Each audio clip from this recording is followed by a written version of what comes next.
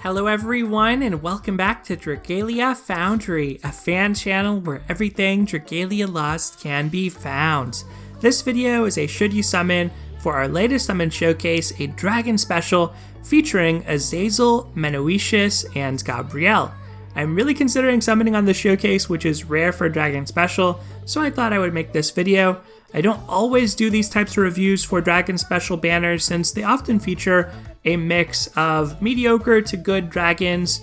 They're always past dragons that have been released before, and it is an opportunity to catch up, but in a world where we have so many Gala remixes and brand new Gala showcases, usually the dragon specials just end up being a slightly lower value, especially when you consider that a lot of the best dragons nowadays are Gala dragons.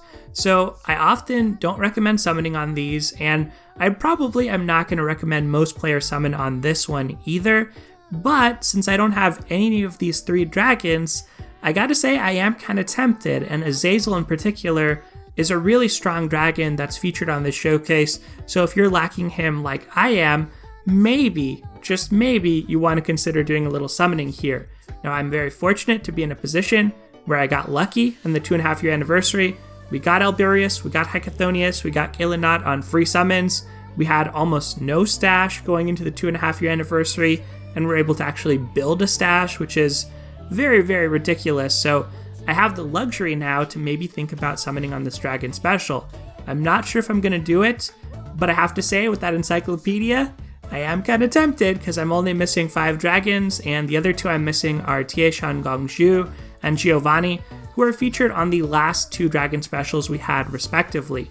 Another thing to consider with this is that if you are going all out on these and decide to whale for some unbinds or copies of dragons, well, the dragon specials nowadays usually have pretty desirable units on the Worm Sigil redemption. So for example, on the last dragon special, you actually could redeem for Faris, who's a relatively new unit. You could redeem your Worm Sigils for Kimono Elisan, both of which might be kind of tempting. So if you're in a similar position where you're very lucky, you cruise through the 2.5 year anniversary, maybe you consider this if there's an adventure you really want. You know, maybe they'll throw Kimono Luca, for example, into the Worm Sigils because Menoetius is a wind dragon and he's a relatively new unit. Who knows who else they'll include there, but it's a consideration for me, and that's pretty rare in and of itself. So let's talk about the different dragons that are featured on the showcase. We'll go ahead and click in here, and remember this lasts until the 15th or 14th, and you should definitely wait it out. The day before this ends, or the day it ends rather, we're going to get a preview of the next summon showcase, likely to be a Gala remix, likely to feature Gala Leaf or Gala Laxi based on the order they've been doing things in. Although perhaps they'll mix it up, maybe they'll actually go more recent with Gala Chell or Gala Leonidas. Maybe they'll rerun a past Gala Adventure who already got a remix, or maybe they'll even go with the Gala Dragon, who knows. But we'll likely get a remix, and that remix will probably feature playable young Ronzel, so that's going to be a big temptation for folks, and who knows who else will appear in that event story. I personally hope it's Humanoid Mercury, but it might be a little too early to get her, so you will want to wait on this dragon special just because you're going to want to see what's coming next and decide for yourself whether you'd rather pull on that or pull on this. So as for the dragons, as I was getting into, Azazel, Gabriel, Menoetius, and then at 4-star, Vojnoi, Rock, and Juggernaut. The 4-stars are all strength dragons, which is good for beginners, but they are not really a reason to summon. It's good to get extra copies of them nowadays because our mid-month events like Onslaught and Defensive Battles do give a lot of Moonlight Stones, so you can use those to unbind your extra 4-star dragons, then sell them off for Eldwater. It's a way of cashing out the Moonlight Stones into some extra Eldwater, but otherwise, these are not the reason that you're pulling here. If you're pulling, I think it's mainly for Azazel, although Gabriel and Menoetius have definitely impressed me more than I would have expected from their initial debut. So let's talk about them. I'm actually going to start with Menoetius this time. Menoetius was a dragon I wasn't very high on. He was on Valentine's Chelsea Summon Showcase, and part of the reason I wasn't super high on Menoetius was I just think it was a high investment as far as Sunlight Stones in a world where we have Gala Zephyr, we have Midgard Stormer Zero, we have some really strong wind dragons, but I do think I may have underestimated Menoetius here a little bit because of how often in Legend Ciela she does affliction-inducing moves. A lot of her moves that previously didn't cause freeze or bog now do so, including her screen-wide AoEs, so you can activate this deranged thrill effect more readily even if you're not playing as Valentine's Chelsea. So I certainly don't think that this is a must-have dragon, but seeing it in Legend Ciela Auto, seeing the burst damage on the Vengeful counter being a pretty good modifier, I'm not honestly sure whether I would max unbind a second Gala Zephyr, or rather max unbind a Menoetius instead. And I'm kind of tempted by Menoetius. So basically the way that he works is he's a 50% strength dragon, 15% water resistance for a little bit extra survival, and then if you would get afflicted by something, you have a counterattack that deals a good amount of damage, and for 45 seconds, you get this 25% strength buff. It can't trigger again for 20 seconds, and it doesn't stack, so it's not like you're going to get more than, 75% strength more or less, not looking at brackets. But yeah, pretty good dragon, definitely better than I probably gave him credit for. Not in the Draconic Essences yet though, so if you don't have a lot of Sunlight Stones, I'm not sure how good this is going to be with just 0 unbinds on it, but still better dragon than I probably initially appreciated for DPS. Moving on to Gabriel, similar situation here. I think when we first looked at her, one of our sources of consternation was she doesn't actually help Pinon unlock her sigil faster.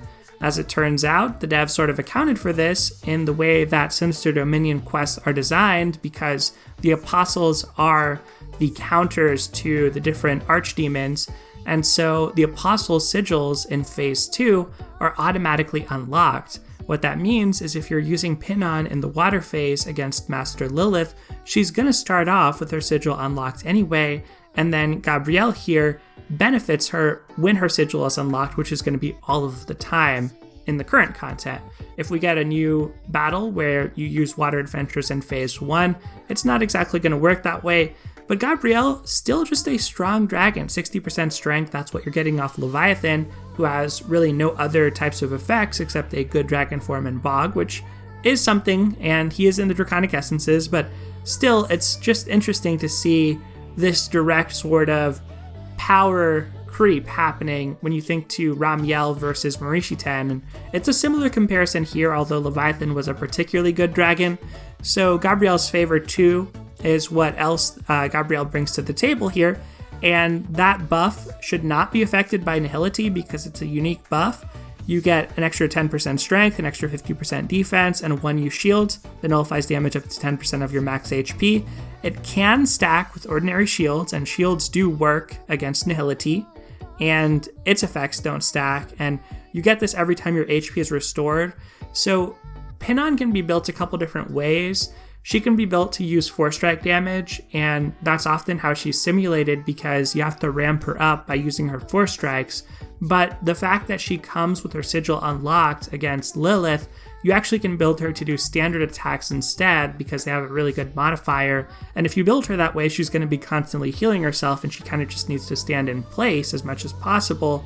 And I think that's how the AI will use her as well. So if you do build her that way, she's going to be restoring her HP regularly to get this Gabriel's Love effect, to have a lot of defense. Seems like a pretty good dragon to use on her, and a pretty tanky dragon, likely pretty good for autos as well. So a good dragon. Again, similar to Menoetius, I don't think she's a must-have, but I do kind of want her since I don't have either of them. And then finally, we look at Azazel here. And when it comes to Azazel, this is just an outstanding dragon. Azazel is a piece I feel like I've been missing for a while now. He's great on Grace, he's great on Patya, and even though both of them are affected by the Curse of Nihility and maybe won't have as much of a home going forward, he's still good on traditional healers, such as Summer Verica or regular Cleo, so I think that Azazel will still have a reasonable role to play. He has a good dragon skill, which increases the entire team's damage against poison enemies. I'm not 100% sure how this stacks up against Nihility. It's one of those that it seems like a special type of buff, so I would think that it's immune, but it might not be immune. It might also get dispelled. I can't really tell at a glance, and that is my biggest concern / complaint with Nihility, unfortunately. But the HP 30% and skill haste 35% are still very good for any type of shadow healer here. So Azazel is the one that I'm really looking at as far as summoning on the showcase. That would be my main consideration as far as whether or not to summon. I don't know if I'm going to go through with it yet or not. It's going to depend on what's coming next, but I have to say I am tempted. I'm looking at the anniversary packs that I didn't have to buy, maybe thinking about going in on some of those to give myself a little bit of a slush fund and do some extra dragon summoning, even though it's not really necessary for me to clear content. Let me know what you think in the comments below. I'm not sure what I should do, but that is going to do it for today, everyone. Thank you as always for watching. Take care, and I'll see you next time.